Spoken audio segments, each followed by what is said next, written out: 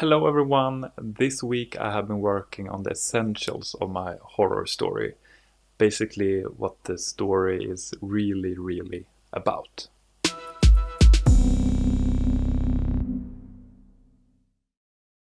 So last week I worked on it 2 hours every day and that felt really good. So this week I've been working 3 hours every day. Process-wise, I have made a small addition in my bullet journal. So this is how my weekly spread looks like. What I have done this week is that I have added here on the bottom row small comments about what project I've been working on that day and what kind of progress I've been doing. So I've been working on the book, which is my horror novel, Där, this week. Last week I mainly put stuff up on the wall for to be able to see the structure better.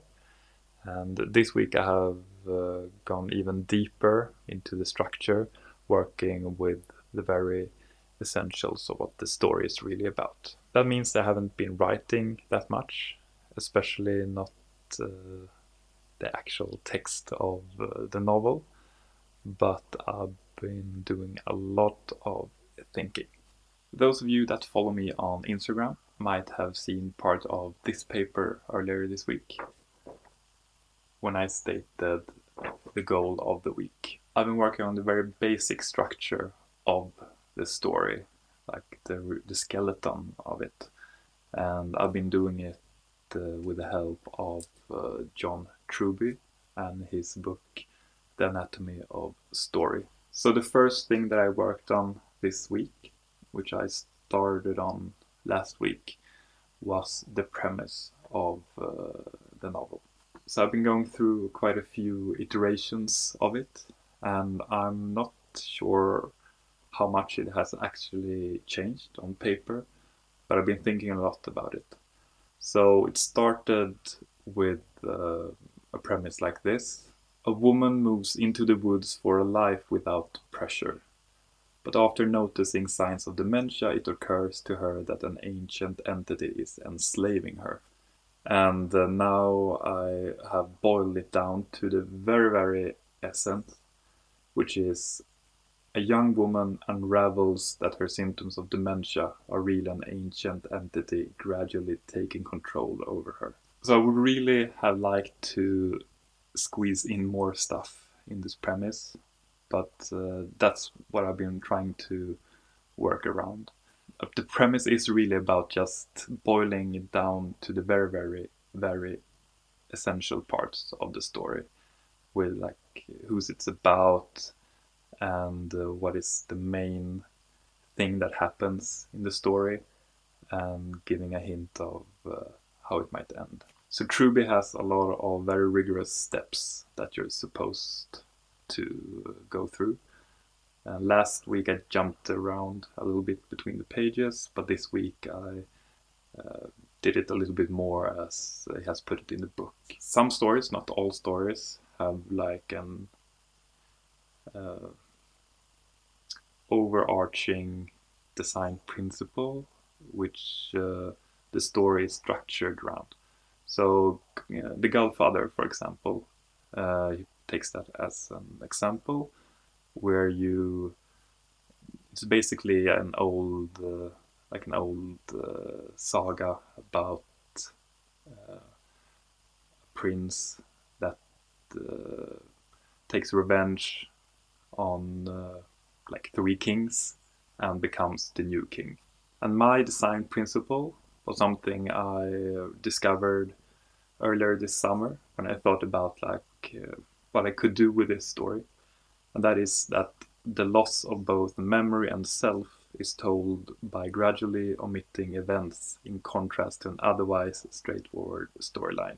So basically I want to omit or ignore parts of the story, like a few scenes or so, to represent how it feels to get dementia or memory loss. And it might feel a bit pretentious when I say it like this, but we'll see where it lands, and how much of that there will actually be in the final result. One of the things Truby has in the book is 7 steps that like every story needs. So the first one is the weakness, and Amanda she's compliant, she has low self-esteem, she actively suppresses that she's a victim of domestic violence, and she's kind of just focused on herself. Then in the end of the movie, what this character really needs is to accept her past as a strength and to stand up for others.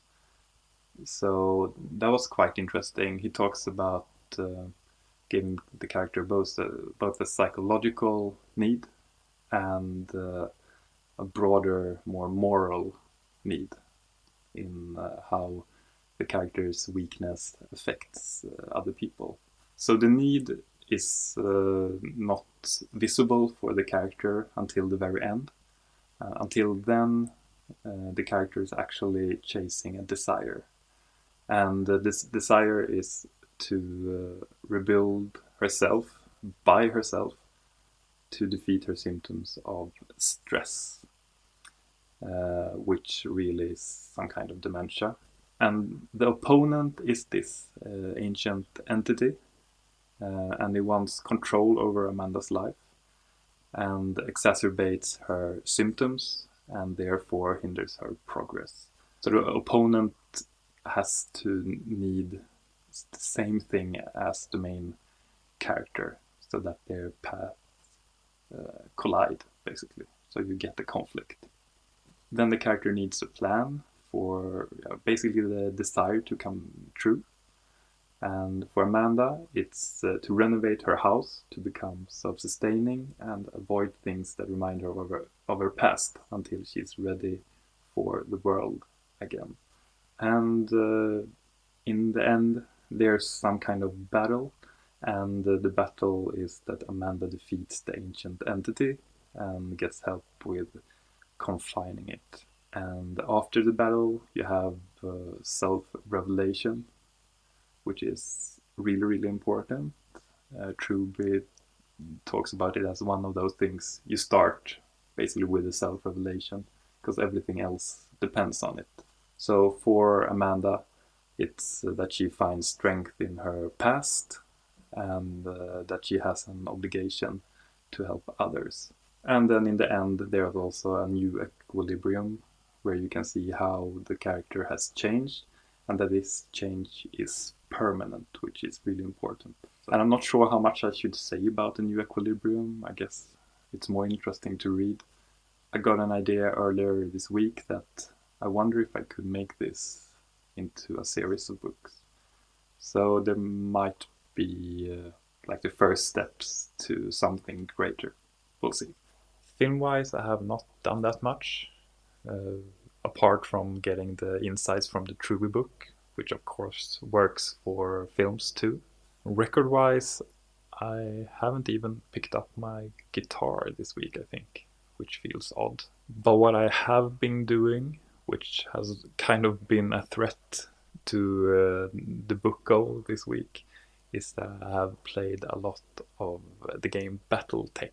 Battletech is a turn-based tactical sci-fi game where you're in command of mercenaries called mech warriors.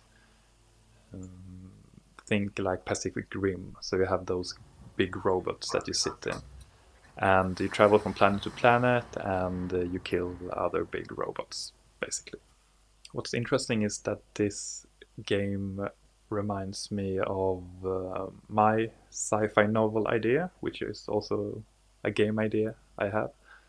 And it's been really interesting to see how they have solved some of the stuff, like the narrative structure and also game mechanics. So even though I mainly play it for fun, I'm trying to have some kind of excuse that it's also good for my other novel. So for an evaluation, I think this week has been really good. I've really been enjoying working on this. Even though I'm working on the skeleton of the story, it feels like I'm actually fleshing it out. And I think that is a really, really good sign. Next week, I will probably continue to have this as the goal of the week. But then during the weekend, I'm going out to my first LARP in like 15 years. So that is what I had for this week. If you liked what you saw, then please give me a thumb up. If you have any comments or ideas, then please comment. And if you're not subscribing but want to continue to follow me in my journey for reaching my 4 creative goals before I reach 40, then please subscribe. Thanks for watching and see you soon.